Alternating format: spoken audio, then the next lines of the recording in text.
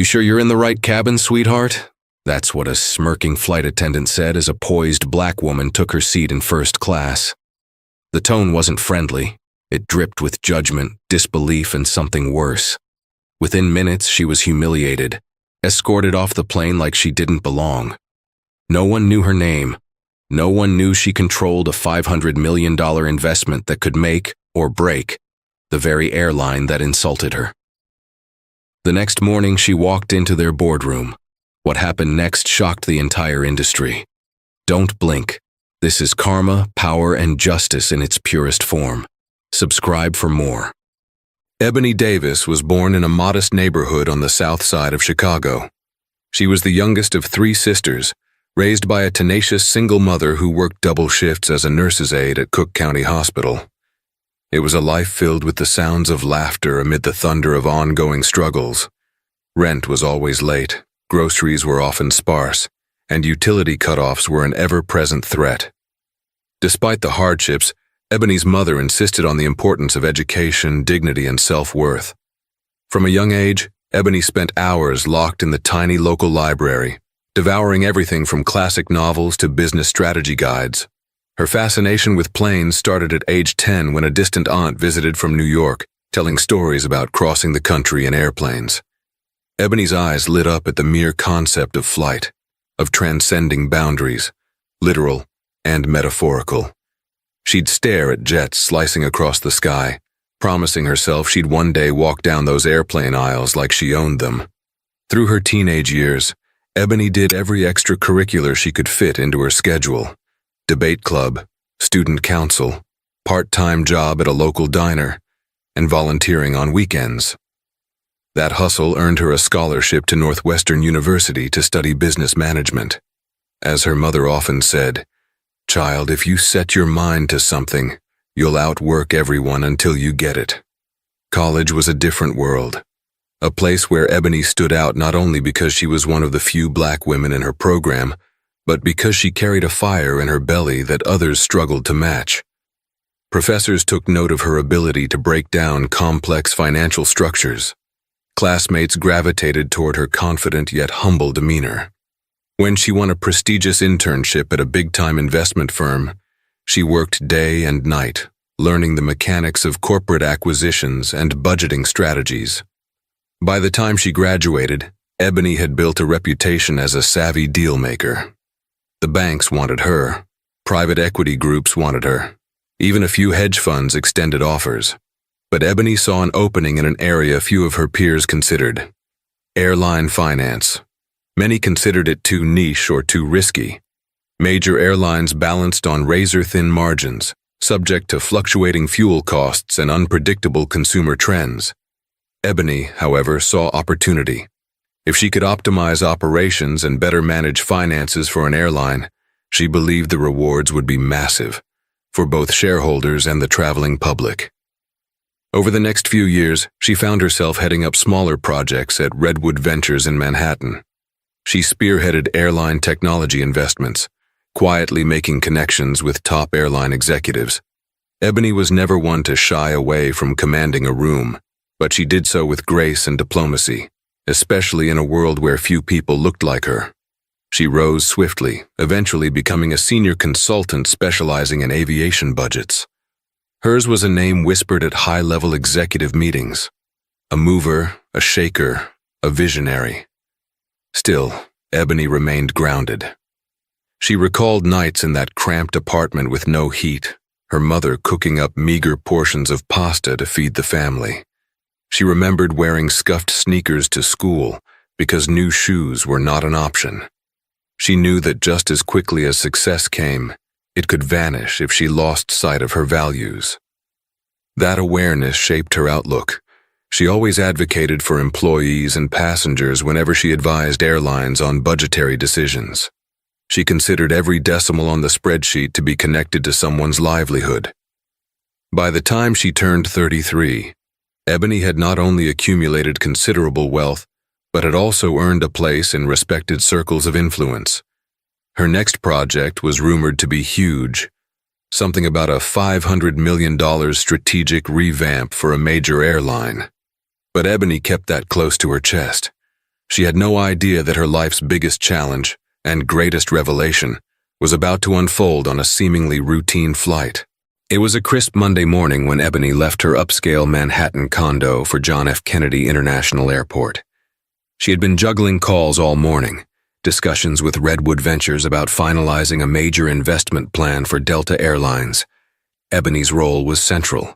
She was orchestrating a multifaceted budget proposal that could transform how Delta managed its routes, loyalty programs, and customer experiences. If everything went well, the $500 million injection would become the blueprint for a new era in air travel. Dragging a sleek, black carry-on suitcase behind her, Ebony navigated the busy terminal. She had flown first class before, but it was always a novelty she never took for granted. She used to dream about flying for the very first time, let alone being among those in the comfortable seats at the front of the plane. Walking through the terminal, Ebony noticed how her presence turned heads. She was a tall, statuesque black woman dressed in a crisp white blazer, slim-fit tailored pants, and low-heeled pumps. She walked with an air of self-assurance that some found magnetic and others found intimidating. "Good morning, Miss Davis," the gate agent greeted her politely. Ebony flashed a smile, handed over her boarding pass for the first-class cabin, and made her way down the jet bridge. She felt a spark of excitement at the idea of a few hours of peaceful flight, free from the buzz of her phone. Her plan was simple: read a few chapters from the latest business bestseller, sip some coffee, maybe even sneak in a quick nap. She had no idea that turbulence was coming, and it wasn't the airborne kind. The first hiccup was small. A flight attendant approached Ebony with a perplexed look while she settled into her plush seat. "Ma'am, can I help you find your seat?" she asked, her tone polite but laced with curiosity. Ebony lifted her eyes from her book, pointing to her seat assignment with a warm smile. "No, I'm fine, thank you. I'm seated right here, 2A. The flight attendant nodded, offered a forced half-smile, then hurried away to serve other passengers. Ebony felt a fleeting pang of discomfort but brushed it aside. In her line of work, microaggressions came and went like gusts of wind, short-lived and not worth chasing. Moments later, she sensed the stares from two fellow passengers seated across the aisle. A silver-haired man frowned at her as though she was intruding on a private club. Next to him, a middle-aged woman clutched her designer handbag a little tighter, her nose wrinkled in barely concealed disapproval. Ebony tried to ignore the subtle hostility, focusing instead on the upcoming meetings that would define the future of a major airline. She had negotiated deals with CEOs twice her age. She could certainly handle a few side eyes. 10 minutes before departure, Ebony heard hushed whispers near the front of the cabin. It was the flight attendant speaking urgently with another crew member, who then glanced directly at Ebony. Her stomach knotted. She forced herself to continue reading, but the pit in her stomach grew. She could feel that something was off. The flight was supposed to be a simple 2-hour journey to Atlanta, a place she visited often for business, yet tension crackled in the air like static electricity. "Miss Davis," came the flight attendant's voice again, this time lacking the practiced politeness. Ebony placed her book down deliberately and looked up.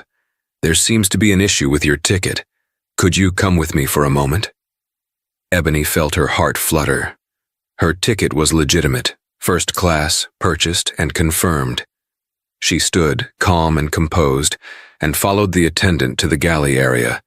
The attendant cleared her throat as though preparing for a difficult conversation. "I'm afraid we're going to have to move you from first class," she said, her eyes darting around as if searching for backup. Ebony's brows furrowed. "Excuse me?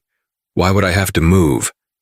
The explanation offered was vague, some nonsense about a seating mix-up and a possible upgrade error in the system. But Ebony was no fool. She knew the difference between a genuine mistake and a flimsy excuse. Her brand-new boarding pass had been handed to her at the gate. This wasn't her first time flying. Something else was at play. The question was, why? Ebony's pulse pounded as she stared at the flight attendant. A wave of hurt and frustration washed over her, though she struggled to remain poised. She had heard stories of racial bias in air travel. Everyone had, but she'd never experienced it so blatantly. She ran through a mental checklist. She hadn't done anything disruptive. She wasn't traveling on a buddy pass. She was a legitimate paying passenger. So what excuse did they really have? "Ma'am, we do apologize, but we need to reseat you in economy. There's been a miscommunication between our ticketing systems," the flight attendant explained, her voice hushed. She talked with an air of finality, as if Ebony's removal was already a settled matter. Ebony kept her voice level. "I purchased this first-class ticket. I'm not moving unless you have a clear, justifiable reason. Could you please show me on the manifest where my seat is invalid?" The flight attendant's discomfort was obvious. She glanced to her colleague, who interjected, "We have another passenger claiming that seat, who is a Diamond Medallion member. We have to accommodate them first." Ebony's jaw clenched. She had seen how airlines often bumped passengers to handle frequent flyers, but that typically applied to overbooked flights and was settled before boarding, not mid-flight, and certainly not with one seat wide open. A prickly sensation crawled down Ebony's spine. She could feel her cheeks warming, but she refused to lose her composure. "I, too, am a frequent flyer. In fact, I'm also a Delta Sky Miles member, and I've never encountered this issue before. If there's truly a legitimate double booking, I would like to see that passenger's boarding pass." Her calm firmness seemed to fluster the flight attendants even more. Nearby passengers strained to listen, some openly gawking. The silver-haired man who had been glaring at Ebony earlier now smirked as if victorious, and Ebony couldn't help but wonder if this was orchestrated. Another flight attendant, an older man with a stern expression, stepped in with cold authority. "Ma'am, if you're unwilling to cooperate, we're going to have to ask you to leave the aircraft." Ebony's heart dropped. Was this really happening? She was being ejected as though she were some security risk. "Cooperate," Ebony echoed, her voice trembling with controlled anger. "I'm just asking for a fair explanation. I've done nothing wrong. You can't just throw a paying customer out of first class. Ma'am, please step off the plane," the older attendant repeated more forcefully. The tension in his voice bordered on aggression, and Ebony noticed how he towered over her to appear intimidating. She was caught between standing her ground and protecting herself from a scene that could escalate. Her mother's voice whispered in her mind, reminding her to choose battles wisely. Ebony grabbed her carry-on from the overhead bin, a sense of humiliation washing over her as she walked past the disapproving eyes of other first-class passengers. Some were silent. A few wore expressions of pity, and others glared like she was a culprit. She passed the silver-haired man, who turned up the corner of his mouth in a condescending grin. To Ebony's surprise, she wasn't escorted back to economy. The gate agent, who appeared mortified by what was happening, simply apologized and asked her to step onto the jet bridge. There, Ebony was told that due to operational constraints, the flight was overbooked and she'd need to wait for the next one in economy, or accept a partial voucher. Ebony felt bile rise in her throat. Every nerve in her body told her this was pure discrimination, hidden beneath corporate politeness. She took a deep breath, determined not to give them the satisfaction of seeing her lose composure. "Fine," she managed. "I'll catch the next flight, but I will remember this." Without another word, she turned away, her head held high, though inside she was swirling with anger, embarrassment, and disbelief. She walked back into the terminal, just as the jet bridge door slammed shut behind her. She heard the plane's engines roar to life, taking off without her, and carrying along the weight of an injustice that would change everything. After spending an infuriating night in a hotel near the airport, courtesy of a half-hearted airline voucher, Ebony struggled to calm her swirling thoughts. Sleep was elusive, her mind replaying every detail from the day before. Her phone buzzed incessantly with messages from Redwood Ventures. Her boss, Harold Weinstein, wanted a comprehensive briefing on the $500 million airline project as soon as she landed in Atlanta. Little did the airline staff know, Ebony was not just any passenger, she was a key player in deciding their financial future. By dawn, Ebony decided to keep the humiliating incident to herself. at least until she was sure how to use this knowledge effectively. She wanted to observe how the airline executives interacted with her. Perhaps they would treat her with a veneer of respect, never knowing she had just been kicked off one of their flights. Perhaps she could glean a more honest perspective from their demeanors if she didn't immediately come forward with the story. One thing was certain: Ebony was done giving them the benefit of the doubt. An early morning flight brought her to Atlanta, where Delta Airlines corporate headquarters gleamed in the distance. Upon arrival, she was chauffeured to Redwood Ventures' local office tower. A sleek black Mercedes whisked her through the bustling city streets. The difference in treatment was stark. The driver from Redwood Ventures opened her door and bowed slightly, addressing her as Miss Davis. The irony was thick. Less than 24 hours ago, she had been publicly embarrassed and kicked off a flight by the very airline whose budget she was meant to overhaul. When she stepped into the Redwood conference room, she was greeted by her boss, Harold, a silver-haired executive with a heavy New York accent. "Ebony, you okay? You look a bit tired," he asked, concern etched on his face. "I'm fine. Just a tough day of travel," she replied, forcing a smile. He nodded, not pressing further. "Well, let's turn your day around. We have some big news." Seated around the table were half a dozen Redwood higher-ups, including legal counsel and a few analysts who had assisted Ebony in constructing the proposed $500 million Delta Airlines investment. They were finalizing the details before meeting Delta's executive board that afternoon. Harold took the lead, glancing from one face to another. "Our official meeting with Delta's leadership starts in 3 hours. This is a huge step for them. The airline is looking to revamp everything from cabin interiors to brand perception, and Ebony's budget plan is at the center of it." Her boss slid a thick binder toward her, labeled Delta Airlines Strategic Budget Proposal. Ebony stared at it for a moment, feeling a swell of pride mixed with residual anger from the previous day's incident. Everything she had worked for was compiled in those pages: cost analyses, risk assessments, projections for route expansions, and marketing revitalizations. Harold continued, "The new CEO, Linda Whitmore, is particularly excited to meet you. She's heard great things about your approach, especially how you incorporate passenger experience into the budget. Ebony, you're essentially the star of this show." She forced a smile. If Linda Whitmore truly valued passenger experience, Ebony wondered what the CEO would say about Ebony's own experience on one of their flights. She decided to bide her time. There was a saying Ebony lived by: never show your entire hand until you know your opponent's moves.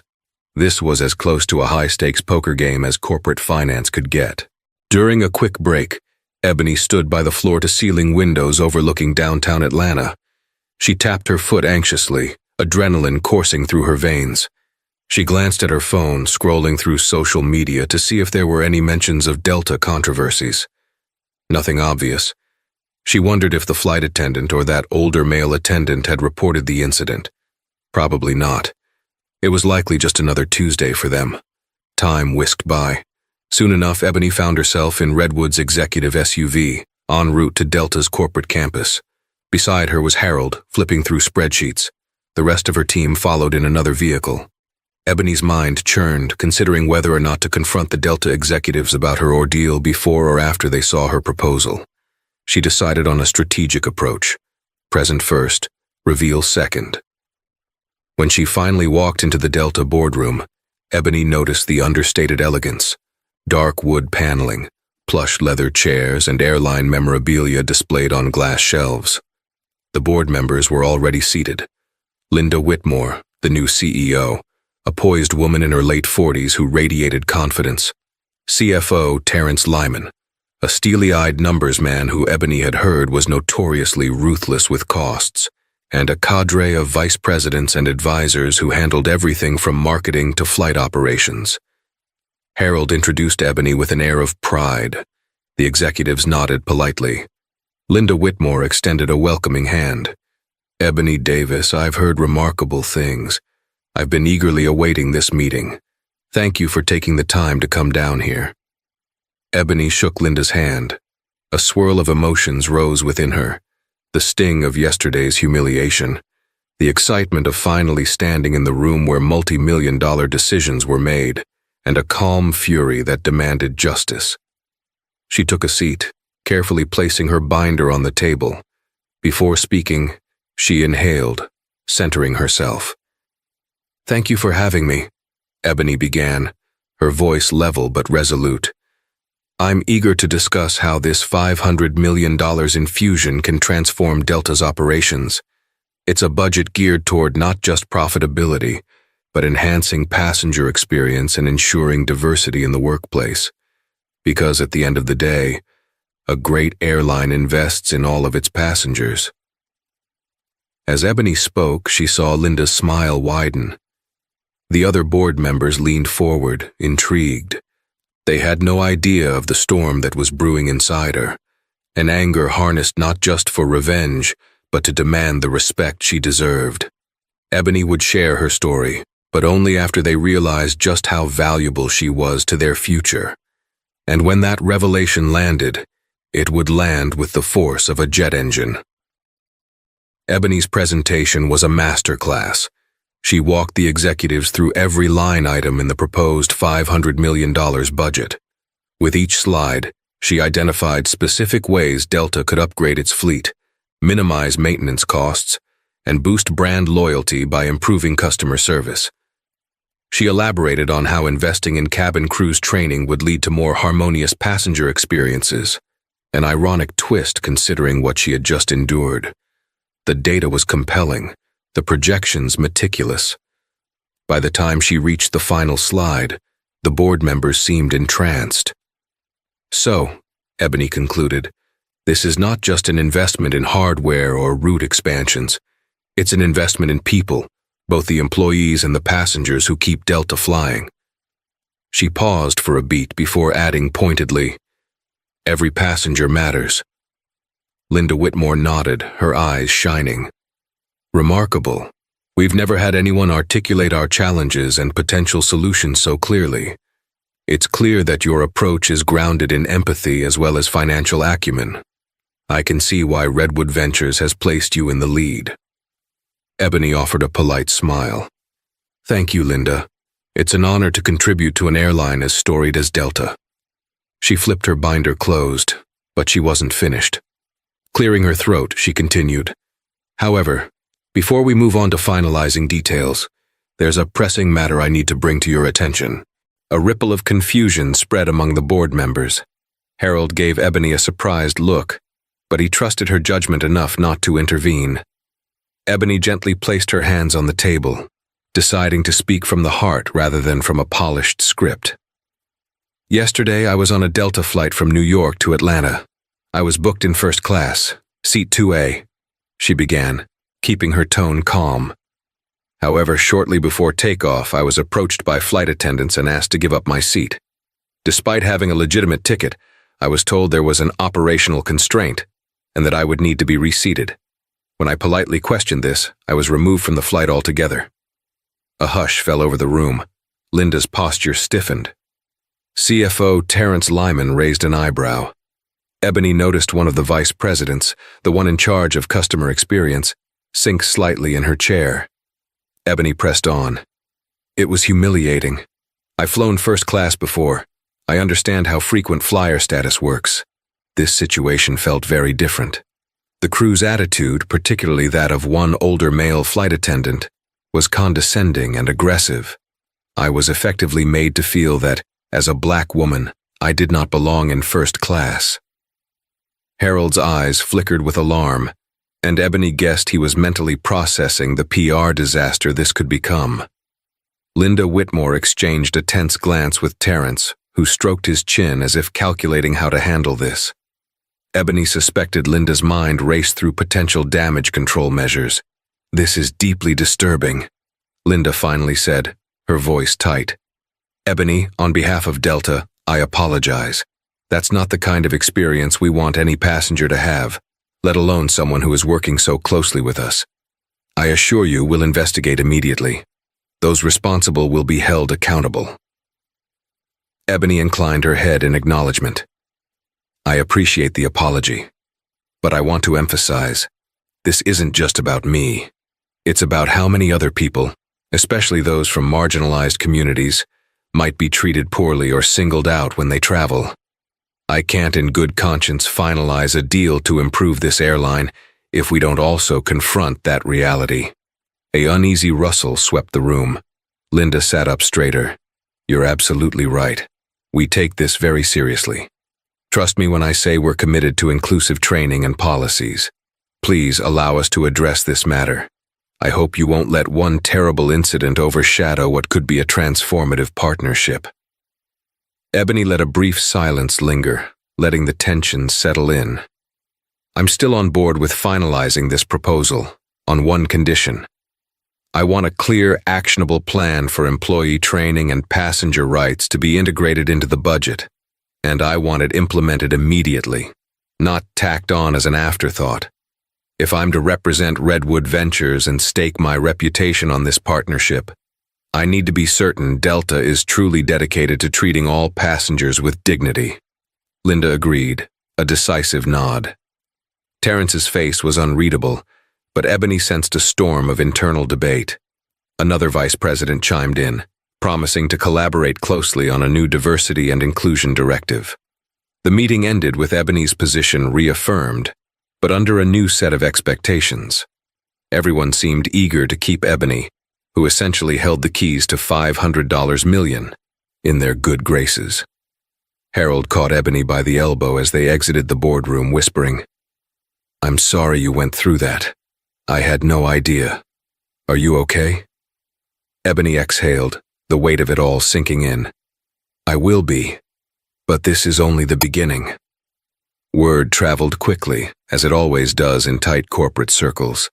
By the next morning, Ebony had a flurry of emails and voicemails from Delta department heads, all eager to set up meetings, presumably to prove their commitment to inclusivity and redemption. Harold, always the astute businessman, noted with approval how Ebony's stance had jolted Delta into immediate action. The entire Redwood team began to realize they were witnessing a tectonic shift. Ebony was no longer just an advisor. She was a catalyst for cultural change within the airline. However, not everyone embraced the changes. Whispers began to circulate among middle management at Delta, people who had been around for years, who resented the intrusion of a consultant with special demands. One such figure was Charles Brandt, an old-school manager in charge of cabin crew training. He had a reputation for being set in his ways, preferring to sweep complaints under the rug rather than address them head-on. Ebony's push for reformed training programs threatened his established methods. A few days after Ebony's explosive revelation in the boardroom, Charles was overheard griping to a colleague, "Who does she think she is, waltzing in with fancy proposals and accusations? We've been running this airline just fine for decades." The irony was not lost on those who knew how precarious the airline's finances had been before Redwood stepped in. But Charles was not one to let facts get in the way of his biases. Meanwhile, Ebony was preparing a supplementary proposal dedicated to improving Delta's diversity and inclusion training. She outlined mandatory cultural competence modules for all employees, especially frontline staff like flight attendants and gate agents, along with an internal reporting system for passenger complaints. Linda Whitmore reviewed it, and in front of everyone praised Ebony's thoroughness. Terrence Lyman, the CFO, seemed less enthused, already eyeing the costs. But Ebony stood firm. If you can afford to refurbish cabins and add new routes, you can afford to train your staff to treat passengers with respect. You can't attract high-value customers if they feel mistreated. All the while, Ebony's personal life became a pressure cooker. She received calls from her sisters who had caught wind of her fiasco and wanted to ensure she was handling the stress okay. Her mother was outraged, calling Ebony every night to check up on her. "Child, I raised you to stand up for yourself, and I'm proud of how you're handling this," her mother would say, her voice fierce with maternal pride. But Ebony also felt eyes on her wherever she went. Some Delta staffers recognized her from internal memos praising her budget work. A few offered shy words of support or simply nodded in solidarity. Others avoided her gaze, possibly aligning with Charles Brandt's old guard mentality, perhaps resentful that Ebony had the ear of the CEO. One afternoon, Ebony took a break from the corporate battlefield to grab lunch at a nearby cafe. As she sipped her coffee, she scrolled through social media. A headline popped up. Delta Airlines taps consultant for $500 million overhaul, promises major shift in passenger experience. The article mentioned Ebony by name, describing her as the financial savant behind Redwood Ventures' push for ethical investing in aviation. A strange mix of pride and anxiety fluttered in Ebony's chest. On one hand, this was positive publicity that highlighted her leadership. On the other, it invited scrutiny from all angles. She worried that her confrontation on the plane might leak to the media, unleashing a swirl of sensational headlines. Ebony preferred to control the narrative, and she wasn't naive about how rumors could balloon into damaging controversies. Sure enough, by the next day, Ebony began receiving calls from journalists. They'd dig for any juicy details, asking if the rumored racial discrimination incident was true, whether Ebony was planning legal action, or how Redwood Ventures felt about it. Ebony remained tight-lipped, deflecting with a smooth blend of professionalism and courtesy. She told Redwood's PR department to prepare statements emphasizing that Redwood and Delta were jointly committed to a better flying experience for everyone. Behind closed doors, Ebony was tired. Yes, she was fighting for justice, but each new day felt like an uphill battle. She would walk into yet another meeting, face skeptical glances, and stand her ground. The emotional toll was high, but Ebony refused to relent.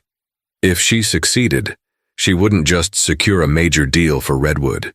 She might change an airline's entire culture, ensuring that future passengers, especially those who looked like her, never faced the humiliation she had endured.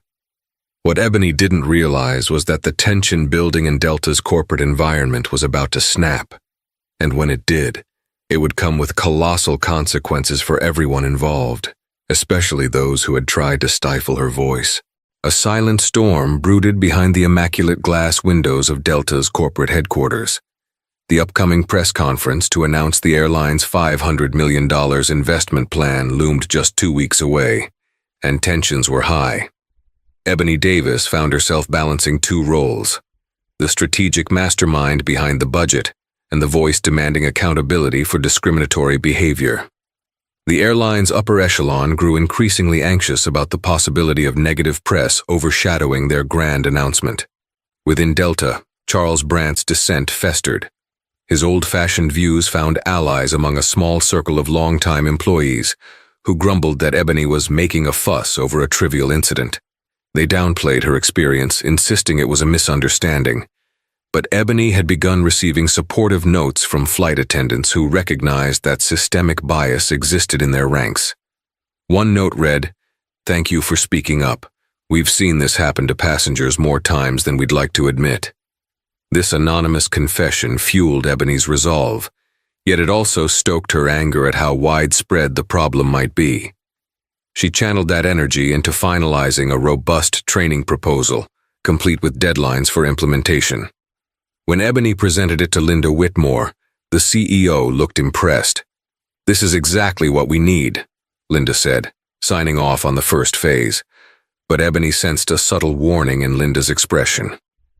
"Let's contain this issue before it explodes publicly." Then there was the question of the flight attendant who had ejected Ebony. His name was Christopher Doyle, and Ebony had since learned that he was a 10-year veteran. Corporate investigators quietly interviewed him, only to receive vague explanations. He claimed Ebony was argumentative and refused to comply with instructions, painting himself as a victim of Ebony's alleged hostility. But Ebony had boarded that plane in good faith, not expecting a confrontation. Harold, Ebony's boss, caught wind of the internal reports.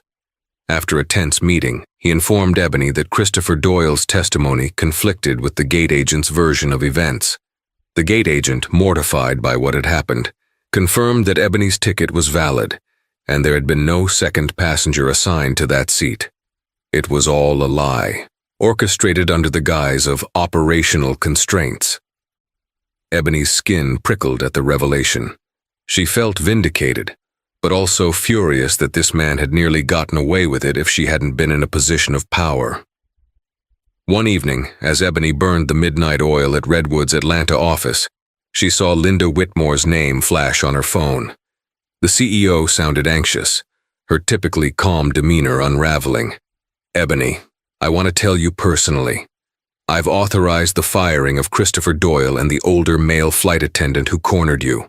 The internal investigation found gross misconduct. We have zero tolerance for such behavior." Ebony swallowed hard. A part of her felt relief, but another part recognized that these firings were just band-aids. "I appreciate that action, Linda," she said carefully.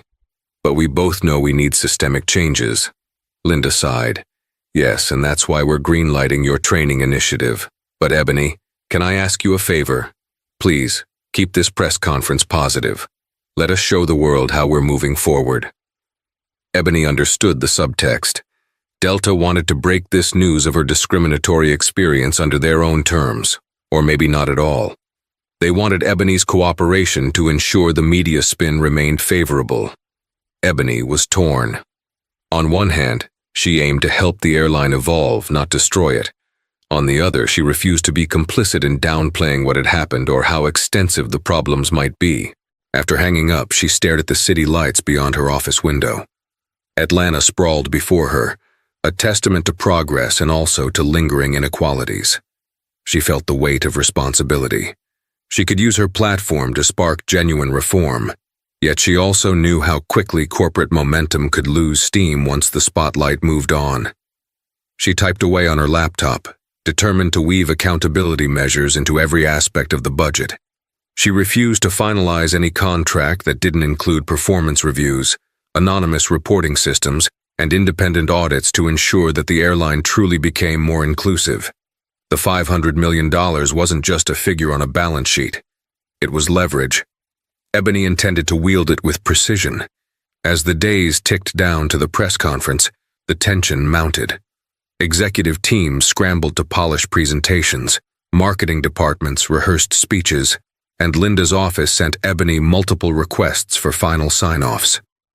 Yet Ebony remained calm, a quiet resolve guiding her every move. She knew that this was about far more than one humiliating incident on a plane. It was about challenging an entire industry that often took its customers for granted. And as the architect of Delta's new future, Ebony knew she would have the last word. The day of the press conference dawned bright and unseasonably warm for Atlanta. Ebony woke before sunrise, heart thrumming with anticipation. She had two major tasks that day: finalizing the $500 million contract and delivering remarks during the press event. It would be a spectacle, teeming with reporters and cameras eager to capture Delta's bold move. Little did they know the emotional undercurrent that had propelled this deal, a powerful mix of indignation, ambition, and moral conviction. Dressed in a tailored navy blue suit, Ebony arrived at Delta's headquarters alongside Harold and a small Redwood delegation. They were greeted by Linda Whitmore, who wore a polished smile that belied her nerves. Meanwhile, staffers hustled back and forth, putting finishing touches on the stage and media area. Large posters announced Delta's next era, showcasing images of sleek aircraft and smiling flight crews. A private contract signing ceremony took place in a conference room, away from the prying eyes of the media. Ebony meticulously read every line, ensuring her stipulations for expanded inclusion training and passenger advocacy programs were there. Satisfied, she lifted her pen and signed in her sweeping script. Linda, Terrence, and Harold followed suit. The binding document stamped Redwood Ventures' $500 million investment into Delta's new initiatives. Linda clapped her hands lightly. "This is a historic moment for Delta. Thank you, Ebony, for pushing us to be better." Ebony responded with a polite nod. "Here's to a new chapter in aviation." But Ebony could sense an unspoken question hovering. Would she mention the plane incident publicly? The press conference was minutes away, and Ebony knew that cameras would roll, capturing every word. She had prepared a carefully worded statement emphasizing progress and collaboration. But she also believed transparency was crucial. She spent months building this moment. Now it was time to decide how far she would go. A brisk walk led the executives to a curtained area where the stage was set. From behind the curtain, Ebony glimpsed a crowd of reporters, cameras on tripods, and rows of chairs filled with airline staff and local dignitaries. A hush descended as Linda Whitmore stepped onto the stage first, delivering an uplifting speech about Delta's future. Then Terrence Lyman took the mic, rattling off impressive numbers about route expansions, fleet upgrades, and the projected return on investment. Finally, Linda introduced Ebony as the financial architect behind the transformation. A round of applause echoed, though Ebony noticed a few faces in the crowd wearing guarded expressions. She took her place at the podium, clearing her throat. Her palms felt a little damp, but she steadied her breath, looking out at the sea of faces. "Good morning," Ebony began, voice resonating through the sound system. "I'm honored to be here, standing alongside Delta's leadership to usher in what we believe will be a pioneering phase in aviation. Today, we announce a $500 million strategic investment focused on passenger experience, operational excellence, and above all, accountability." She paused, letting the words settle. Cameras zoomed in on her poised figure. "Because at Redwood Ventures, we don't invest only in numbers. We invest in culture, an environment where every passenger is valued and where every employee is empowered to do their best work. That's why part of our budget is earmarked for diversity and inclusion training, robust feedback systems, and initiatives that ensure no passenger ever feels disrespected or marginalized." A ripple of murmurs swept through the crowd. Linda's smile stayed, but Ebony detected a flash of uncertainty in the CEO's eyes. This was the moment Ebony could reveal her experience on the plane, or keep it private. She took a subtle breath and chose her words carefully.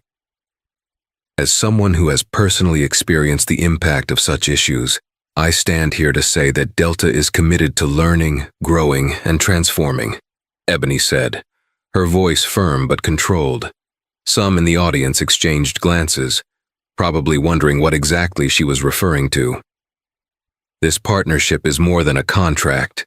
It's an agreement to create a better future for all travelers, where first-class seating isn't just a privilege for the few, but a reflection of the respect every customer deserves." The crowd applauded, some uncertainly, as Ebony concluded. She had revealed the essence of her story without painting a neon target on Delta.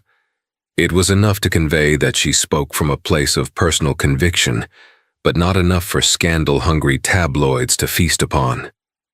Ebony stepped away from the mic, heart still hammering. She hoped that in time the airline would lean into the reforms without being forced into a defensive crouch by public outcry. With the final applause, Ebony felt a sense of both relief and anticipation. The contract was signed, the public announcement made. Now came the real work, implementing these changes, ensuring that no passenger, no matter their background, would endure what she did. In that moment, Ebony sensed the winds of karma beginning to shift. In the weeks following the press conference, Ebony's days were a whirlwind of high-stakes implementation meetings. She toggled between Redwood's offices, Delta's conference rooms, and Zoom calls with specialized consulting firms. One such firm specialized in unconscious bias training, an area Ebony fought hard to include in Delta's new budget. Progress was slow but tangible. Flight crews were being enrolled in modules teaching empathy-driven service, and the airline began rolling out a streamlined process for passenger complaints. Despite these milestones, friction simmered. Some longtime Delta employees resisted the change, viewing Ebony as an outsider forcing modern political correctness down their throats. Rumors circulated that Charles Brandt, who had been demoted following a clash with Ebony's proposals, was stirring dissent. He'd grumble about how Ebony's ideas cost too much and slowed operations. Ebony knew better than to engage in gossip, but the negativity gnawed at her resolve. On a chilly Wednesday evening, Ebony was working late at Redwood's Atlanta branch when she heard a commotion in the corridor. She stepped out to find a junior analyst kneeling on the floor, gathering scattered pages of a report. Standing over him was Charles Brandt, who must have had a meeting with Redwood's leadership. His face was flushed with anger. "I told you to revise these figures," Charles barked, not even bending to help. "They're ballooning the costs and we're not made of money." Ebony stepped forward. "Charles, is there a problem?" He turned sharply, eyes glinting with contempt. "Yes. Your so-called training programs are adding at least $500,000 in annual costs. That's just year one, and it's my staff that's taking the brunt of it." Ebony remained calm. "This isn't about me. It's about shaping a better airline. And if we need to shift resources, then that's a discussion to have, but not by belittling staff or rejecting the entire initiative." Charles scoffed. "You waltz in here demanding changes, but you don't have to answer to shareholders when profits dip, do you?" Ebony raised an eyebrow. "You're mistaken if you think Redwood or I don't care about returns. We very much do. But a short-term dip is worth the long-term benefits, including customer loyalty, brand reputation, and fewer lawsuits. If you can't see that, perhaps you need a refresher in strategic thinking." Charles sneered. "You think you're untouchable because you have Linda's ear and a fancy budget to throw around. Let's see how long you last when the board sees the next quarterly report." He strode off, leaving Ebony seething. The junior analyst looked up at her with an apologetic wince. "I'm sorry," he murmured. "We're all trying to make the numbers work, but some just won't accept change." Ebony knelt to help him pick up the papers. "It's okay," she said softly, though inside her frustration boiled. "Thank you for trying." That night, Ebony slept poorly, her mind wrestling with the grim reality that not everyone wanted progress. Some would cling to old mindsets, saboteur instincts awakened by the pressure for accountability. She dreaded the possibility that Charles or someone like him might sabotage the new initiatives. Yet Ebony couldn't and wouldn't back down. She had faced bigger challenges than a disgruntled manager. Little did she know, karma was quietly weaving its next act. Sometimes, the pushback from individuals like Charles only sets the stage for an even bigger fall. And as Ebony would soon discover, when people refuse to embrace needed change, life has a way of forcing them to reckon with the consequences. A few days later, Ebony was called into an emergency meeting at Delta's headquarters. She arrived to find Linda Whitmore, Terrence Lyman, and a few nervous-looking VPs huddled around a massive monitor in a sleek conference room. Linda wasted no time. "We've had a PR crisis," she announced, her voice subdued. She clicked a remote, projecting a screen showing a video clip from a local news station. Ebony's stomach clenched as she saw a familiar face. Christopher Doyle, the flight attendant who had ejected her from the plane, giving an interview. He appeared smug, recounting his version of the events. "I tried to accommodate this passenger, but she was hostile. I felt unsafe," he claimed, though Ebony knew that was far from the truth. The news ticker below read, "Exclusive, fired flight attendant speaks out, alleges unfair termination by Delta." Terrence groaned. "He's threatening a wrongful termination lawsuit, claiming he was scapegoated for procedural confusion. He says we and Redwood's consultant used him as an example to push a so-called woke agenda. He even suggests racial bias on our part, ironically flipping the script."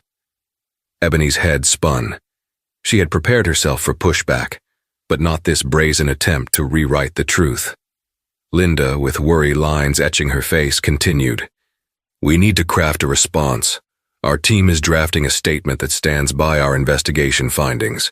We also have testimonies from the gate agent and some other crew members that contradict Christopher Doyle's claims." Ebony exhaled. "We need to be careful. If we become entangled in a media circus, it might overshadow the genuine reforms we're implementing. This has the potential to spiral." Linda nodded. "Precisely. That's why we've called you here, Ebony. Your name will inevitably come up in these discussions. We need a united front." Moments later, Redwood's legal counsel joined via video call. They advised Ebony to avoid direct interviews for now, letting Delta's PR handle the brunt of it. Ebony reluctantly agreed, though she felt a longing to speak her truth publicly. She understood the intricacies of high-stakes PR. Timing and narrative control could make or break entire companies. Even as Ebony navigated this crisis, life threw another twist. That evening, she received a phone call from an old friend, LaTanya, who worked for the Federal Aviation Administration. LaTanya had heard rumors of a thorough investigation into Delta's operations, especially complaints about discriminatory practices. "Someone up the chain might be interested in using your story, Ebony," LaTanya confided. "Don't be surprised if you get an official request to provide testimony." Ebony's breath caught. Cooperation with the FAA could lead to meaningful reforms, but it could also paint a target on her back. While Redwood typically supported transparency, Ebony worried about stepping out of line, especially as the $500 million investment was still in its early implementation stages. That night, Ebony found herself staring out the window of her hotel suite. Darkness blanketed the city, but her mind was ablaze with questions. Should she go all in against the airline, risking Redwood's partnership? Or should she maintain a cooperative stance, influencing change from within? She found no easy answers. Fate, however, had a way of orchestrating events. Karma, once roused, rarely slumbered again. Christopher Doyle's smear campaign might backfire if the airline leveraged the evidence proving Ebony's rightful seat assignment.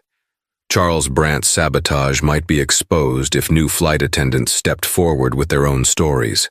And Ebony herself stood at a crossroads. Her moral compass insisted on truth, while corporate strategy cautioned prudence.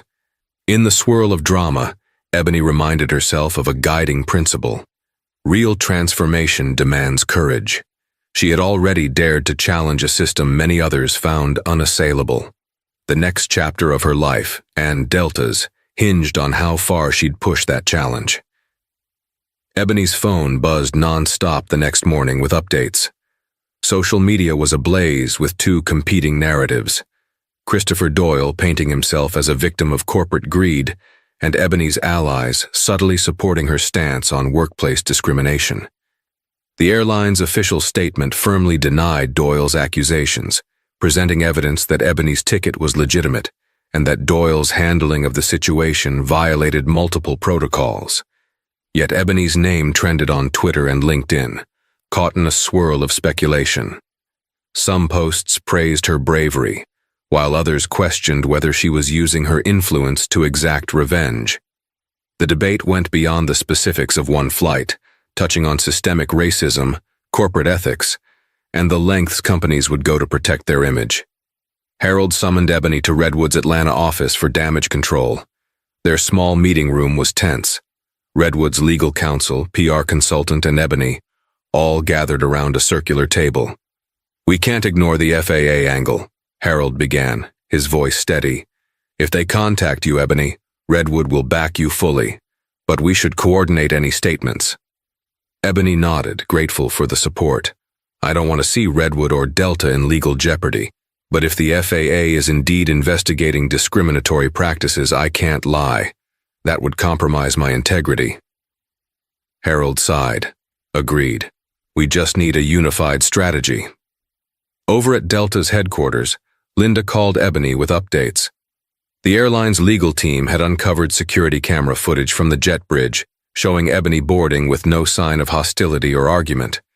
They also unearthed a passenger's smartphone video capturing part of the confrontation inside the cabin, clearly showing Doyle's confrontational stance. Delta planned to release these materials if necessary to counter Doyle's claims. "It's a mess, but we have the truth on our side," Linda said. "I'm worried about how this might impact employee morale, but we can't let Doyle's lies stand." Ebony felt a sliver of relief. "Thank you, Linda. I know this is tough, but it's necessary." Before she could hang up, Linda added, "By the way, Ebony, Charles Brandt submitted his resignation yesterday. He claimed he was being pushed out by our new policies. Part of me wonders if he was afraid we'd uncover more about him if the FAA started digging around." Ebony's eyes widened. "So he jumped ship?" "Seems so. One problem down, 1,000 to go," Linda quipped, though her voice carried a weary strain.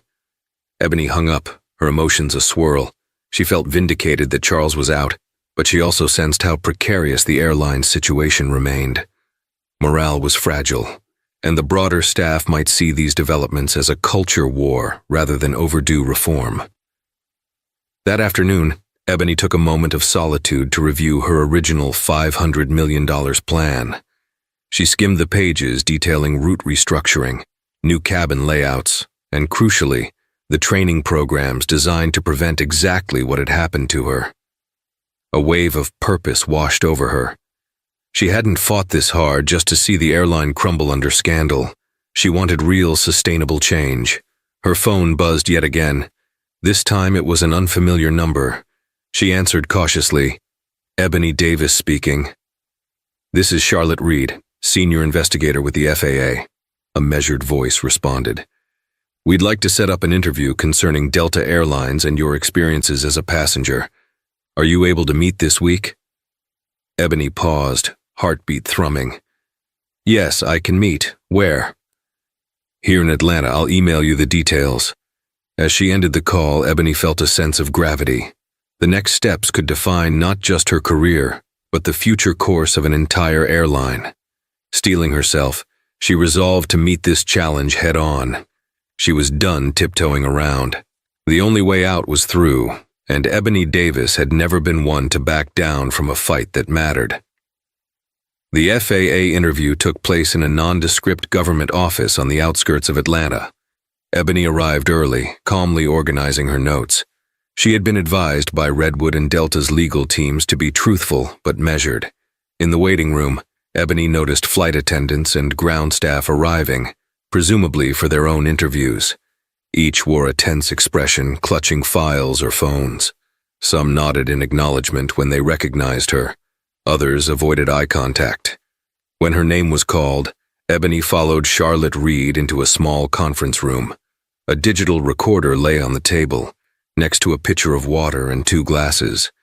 Charlotte's demeanor was formal but not unfriendly.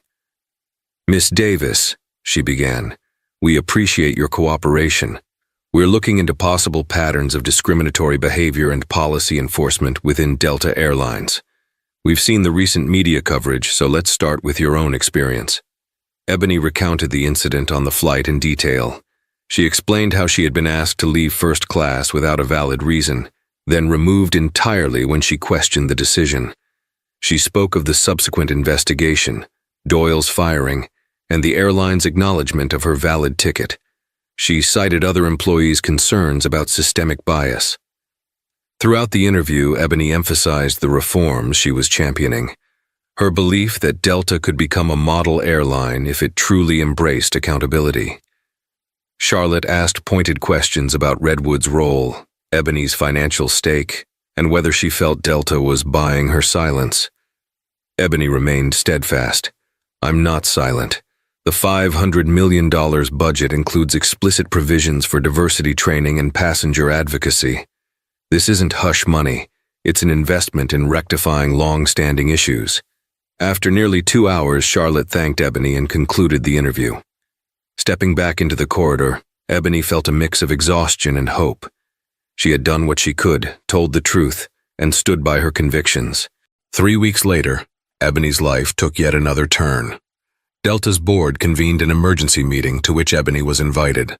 Linda and Terrence appeared confident yet wary, as if bracing for something big. The moment everyone settled around the table, Linda took the floor. "We've been informed that the FAA found multiple examples of discriminatory practices in policy enforcement," she announced. "They're issuing a formal notice to Delta, outlining areas we must address immediately. However, they acknowledge the changes we've begun to implement, citing Ebony's training initiatives as a positive step." A wave of relief swept the room.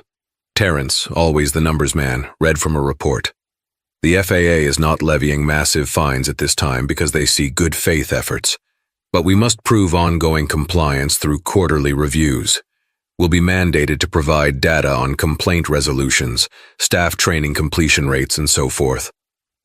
The tension eased as Ebony realized the airline had avoided severe penalties, thanks in large part to the $500 million plan she spearheaded.